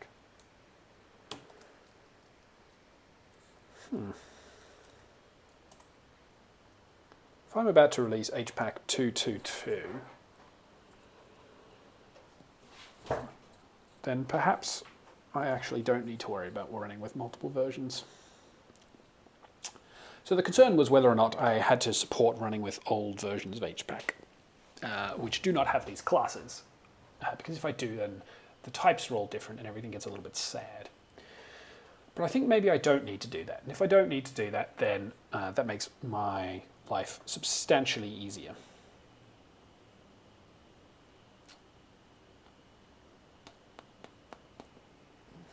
Well, I'll think about that for a second and I'll talk through the rest of the problem. So, Hyper-h2 wants to extend itself to accept and emit the same classes that HPAC is using. Now, this is very deliberate and it's for man-in-the-middle proxy, so that if you, as an intermediary, do the trivially obvious thing of pulling the headers out in one place and passing them back in another place, so long as you've left them intact and haven't changed and mutated their classes, you can persist their compression state. So, the way we need to confirm that works is to look and to evaluate the path through the code base that those headers take to confirm whether or not they get, whether or not the tuple gets unpacked and repacked at any point. So, we're going to just do this by I. Send headers is the place that accepts headers. So all we're going to do here is look at the headers and see where they get passed to. In this case, we can see they only go one place. They go to stream send headers. That's fine. Let's open stream.py. Send headers. It's another function that really exists. So what does it do with the headers? If they're a dictionary, it calls items on them, which is fine. It goes to isInformation or response, and then build headers frames, and then authority from headers. Okay, so let's check those in order. IsInformation or response first. So isInformation response does unpack the header, but it never yields the unpacked header in any form. So that's okay. We're not too worried about that. That is safe.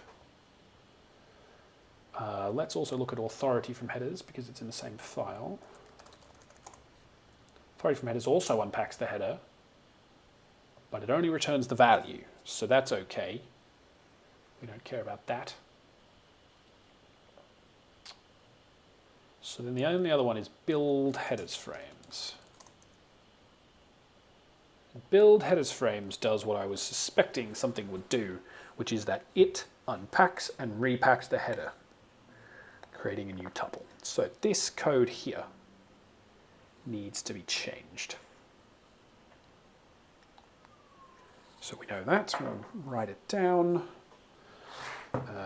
Build headers frames needs to be changed, or at least I would write that down if I could find my pen. There it is. Build headers frames. Next up, so that's the first place that handles headers. The next place is that pushing a response also handles headers. They go to push stream in band. Push stream in band passes them to build headers frames, so that's another place that does it. All right. Those are the only places. I think there's no send trailers. No, it's just send headers. All right, those are the only places that send headers. So the next question is, what places handle received headers?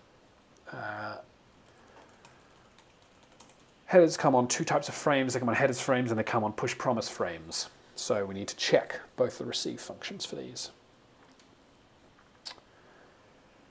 Here, headers come out of the decoder. They go into validate headers, which reassigns the headers. So that means that definitely mutates them. So we need to look at validate headers. Now, validate headers actually is a pipeline of generators. So what this actually means is these generators need to be evaluated. This generator doesn't assign to the header in any way, so that's fine. Neither does that one. Neither does that one. Neither does this one. So despite the fact that these do reassign the headers, it's not entirely clear why.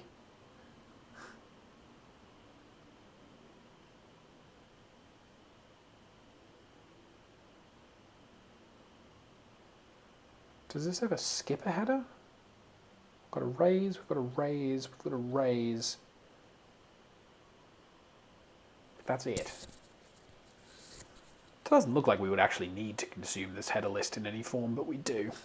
But I think it's safe. I don't think we lose the types, which is odd.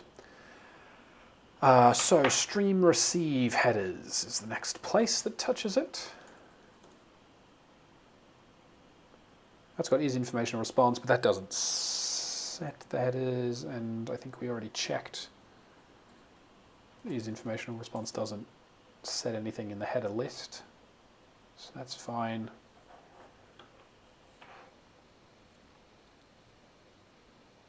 It's got initialize content length, and here we go, another bit of tuple unpacking. It's very sad. So that needs to be handled. So what have we got here? We've got that, build header frames and stream receive headers.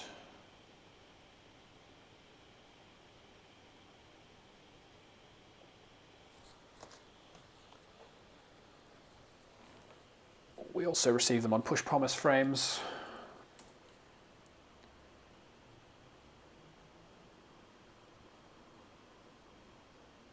That goes to two places. Goes to receive push promise in band,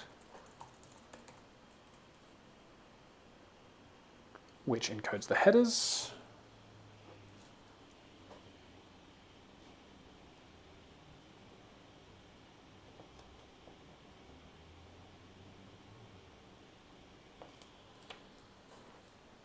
And it goes to remotely pushed.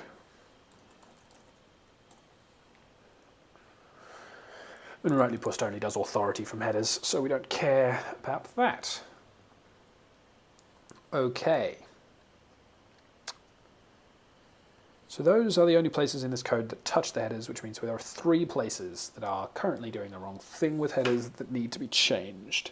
Let's build header frames, receive headers, and receive push promise in band. That's fine. So let's quickly check.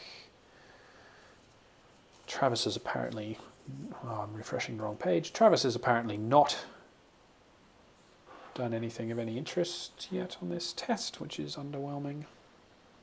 Would have been nicer if you'd be a little bit faster, Travis. Would it kill you? Probably not.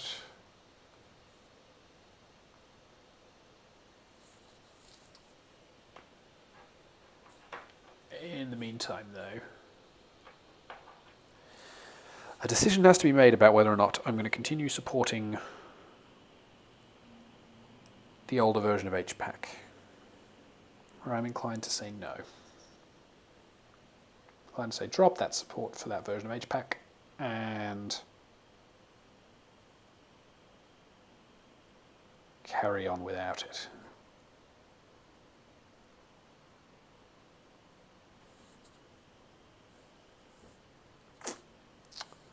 Don't feel enormously good about it, but it might be okay.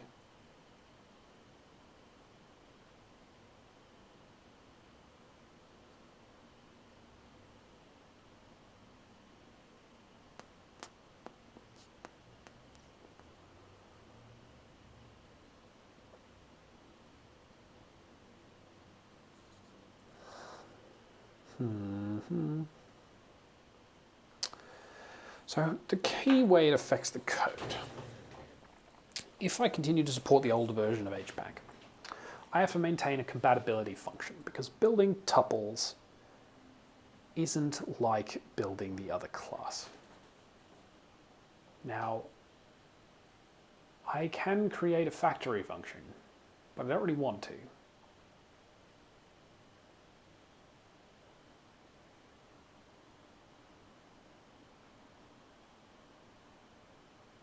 Doable, but it's just extra code that has to get maintained.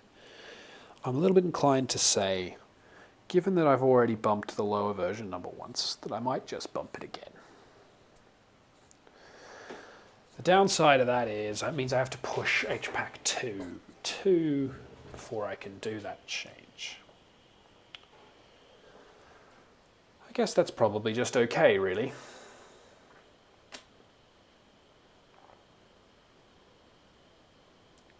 All right, let's say that then. Let's say I'm going to push HPAC2 some point shortly, and that we will bump the minimum version that Hyper-h2 can use to HPAC2.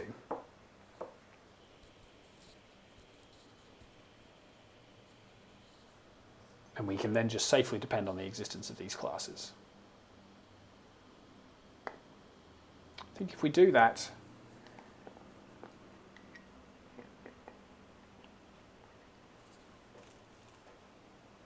that's probably fine. And given that this has to go in a minimum version number bump anyway, I think that's a safe enough thing to do. Semantic versioning is just, thinking about versioning is always so painful because it's so kind of abstract. Like, there are no hard and fast rules here. Everything is guesswork and pain. But I'm a little bit inclined to say we can bump the minor version here and be okay. So with that in mind, I think mostly what we're waiting for here is for Travis to get around to passing these tests so that I can land this patch. Because once we land this patch, I think I'm just going to ship a new release. In this instance, Travis takes quite a long time because, unfortunately, Travis, for this test, can't run on the containerized infrastructure. It has to run on their virtual machine infrastructure. Yeah, thanks, Tyrell. And I think, in fact, that this might become a good place to call it time. I'm not going to merge this pull request until Travis successfully runs the tests. And at this point, that would just be sitting around till that happens and then going through the mechanics of shipping a release of this code, which I'm not enormously fussed about. Live streaming. I don't know that live streaming a release of this code is particularly exciting. I suppose in principle it might be, but I don't know if that in principle gets us enough value to justify sitting waiting for Travis to run these tests, where, as we just saw, like I went and did all that other evaluation before it ran those tests on the first commit. It might not be that far away. It's probably about a minute away from passing this test. And it has just started the other build. So maybe, if we believe that I can successfully fill the silence here for the remaining chunk of time, which, let's be honest, I probably can, I might be able to get a chance to push a release on this stream as well.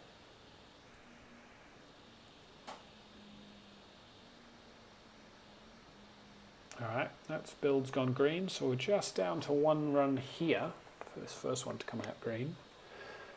This ng-http2 equals true bit is the reason that these builds take so long. As you can see, this build has overall been running for 7 minutes, not including the delay in actually getting the build to start, which is hides all number of sins on Travis's side. In practice, the delay in getting the build to start is really very high if you're not on their containerized infrastructure. In this case, I'm not, because I custom compile ng-http2 for some of these tests, which is pretty frustrating.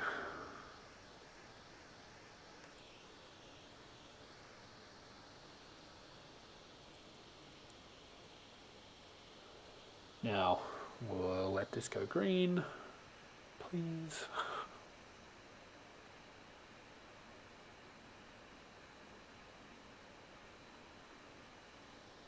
All right, so that one's gone green, which is good. Means we're just down to one test run left.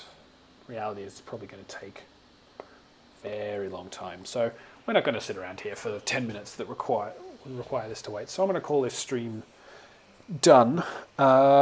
Please let me know in comments or emails or on Twitter if there's value in this, if you think it's a worthwhile thing for me to do, or if you think there's just not that much value. Let me know also if there's value in just me doing smaller bits, like is it worth me live streaming a particular software release or a particular patch, that kind of thing. Either way, feedback would be good. I don't know how well this kind of thing works. At least I understand how the tech works now, which is something, but I don't know, this has been interesting, certainly.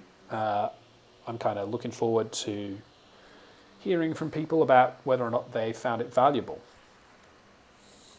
Thank you for those who were listening, and hopefully I will catch up with you at some other point.